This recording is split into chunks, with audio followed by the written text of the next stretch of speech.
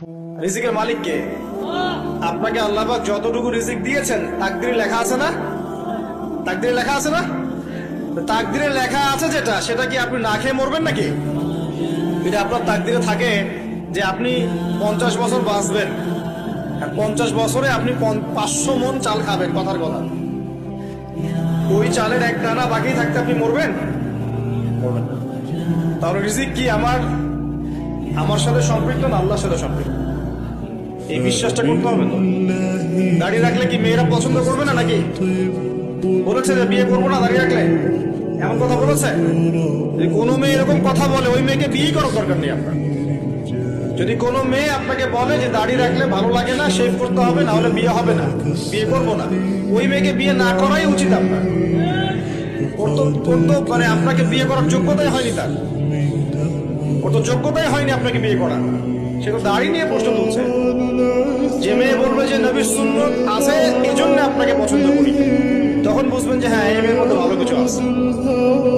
যেই মেয়ে দেখবে যে আপনি নামাজি কিনা, যেই মেয়ে দেখবে আপনি নামাজি কিনা, দাঁড়িয়ে আছে কিনা, ইমানদার কিনা, দিনের জন্য কিছু করেন কিনা, হালাল খান কিনা, ওই মেয়ে ইনশাল্লাহ আপনার ঘরে শান্তি দিবে। আর যেই মেয়ে আপনাকে দেখবে আপনার কত বড় সম্পত্তি, কত বড় জমি, কত বড় চাকরি, সুদ খান কিনা ওর কোনো আসা যায় না, টাকা হইলেই হইল, এগুলোকে ঘরে ঢুকালে অশান্তি আর অশান্তি। কি চাচ্ছেন, শান্তি না অশান্তি? নবী সাল্লাল্লাহু আলাইহি ওয়াসাল্লাম বলেছেন, দিনদারিতা দেখে মেয়েদেরকে বিয়ে করো। কি দেখে? একই বিষয় ছেলেদের জন্য মেয়েদের জন্য সেম। ছেলে দেখতে হবে দিনদার কিনা, মেয়ে দেখতে হবে দিনদার কিনা, পর্দা করে কিনা, দিনদারিতা আছে কিনা। দুনিয়ার এই ছোটখাটো বিষয় যদি দেখেন, তুচ্ছ বিষয়গুলো, একদিন না একদিন আপনি পস্তাবেন কিন্তু।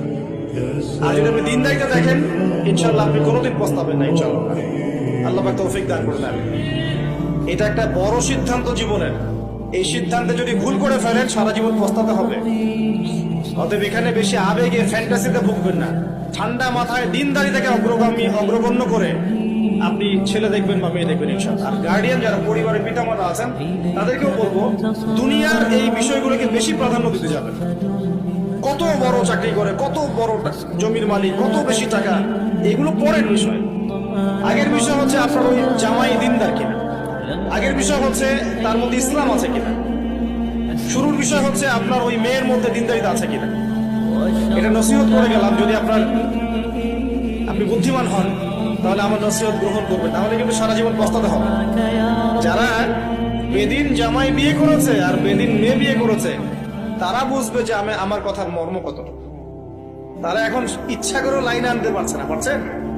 ওই যে বলছে বিয়ের পরে ঠিক হয়ে যাবে, এত সহজ? এটা কি সুইচ টিপ দিলে ঠিক হয়ে যাবে?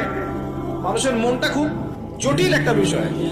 এত সহজেই মানুষের মন চেঞ্জ হয় না। হয় ইল্লা মাশাআল্লাহ, আল্লাহ চাইলে হয়। কিন্তু যদি মনে করেন যে পর্দা করে না, বিয়ে করি তারপর পর্দা করবে, করাই নিব, বানাই নিব, নিজের মতো গড়ে নিব, এত সহজ নয়। পরে দেখবেন সেই মেয়ে আপনার দাড়ি শেভ করায় ফেলছে, করতে পারে না, আপনাকে পেরেশানিতে ফেলবে। সবার এত টাকা, তোমার টাকা নাই। এই যুগে একটু সুদ খেলে কি হয়, সমিতিতে নাম লেখালে কি হয়, সুদের লোন নিলে কি হয়, সবার একতলা বাড়ি আমার কেন, সবার 4-5 তলা বাড়ি আমার কেন একতলা থাকবে, নাও লোন নাও বাড়ি করি। আপনার স্ত্রী আপনাকে এদিকে ইনফ্লুয়েন্স করবে, করবে না? করবে। এইভাবে তো বহু পরিবারের কর্তা দিন দিন হারুষ্ট করে মারা যাচ্ছে। টেনশন, পারিবারিক অশান্তি। অতএব দিনদারিতাকে প্রাধান্য দেন, ইনশাআল্লাহ দিনদারিতার সৌন্দর্য কখনো শেষ হয়ে যাবে ইনশাআল্লাহ। আল্লাহ পাক তৌফিক দান করবেন। প্রিয় ভাইরা, আলোচনা একটা বড় অংশে এবার আসছি, এদিকে খেয়াল করেন, একটু মনোযোগ দিতে হবে। এখন থেকে আমরা একটু গুরুত্বপূর্ণ জায়গায় যাব। নবী সাল্লাল্লাহু আলাইহি ওয়াসাল্লামের সুন্নতের উপর আমল না করলে আমরা কি জান্নাত পাবো কিনা? আর নবীর সুন্নত কি শুধুমাত্র ইবাদত বন্দেগীর ক্ষেত্রে করলেই হবে, না জীবনের সব ক্ষেত্রে করতে হবে? আমার সাথে কথা বলেন।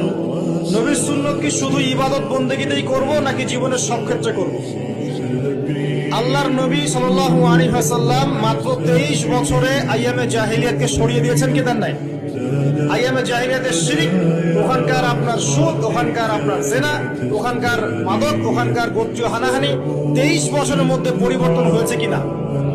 যখন মক্কা বিজয় হয়েছে, তখন কি ওই মক্কার মধ্যে কোনো শিরক ছিল, কোনো মূর্তি পূজা ছিল, কোনো সুদ ছিল, কোনো মেয়ের সাথে খারাপ আচরণ করা হয়েছে, কোনো ধর্ষণ হয়েছে, কোনো ব্যভিচার?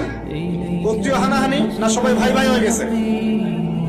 23 বছরের মধ্যে আল্লাহর নবী কি এমন করলেন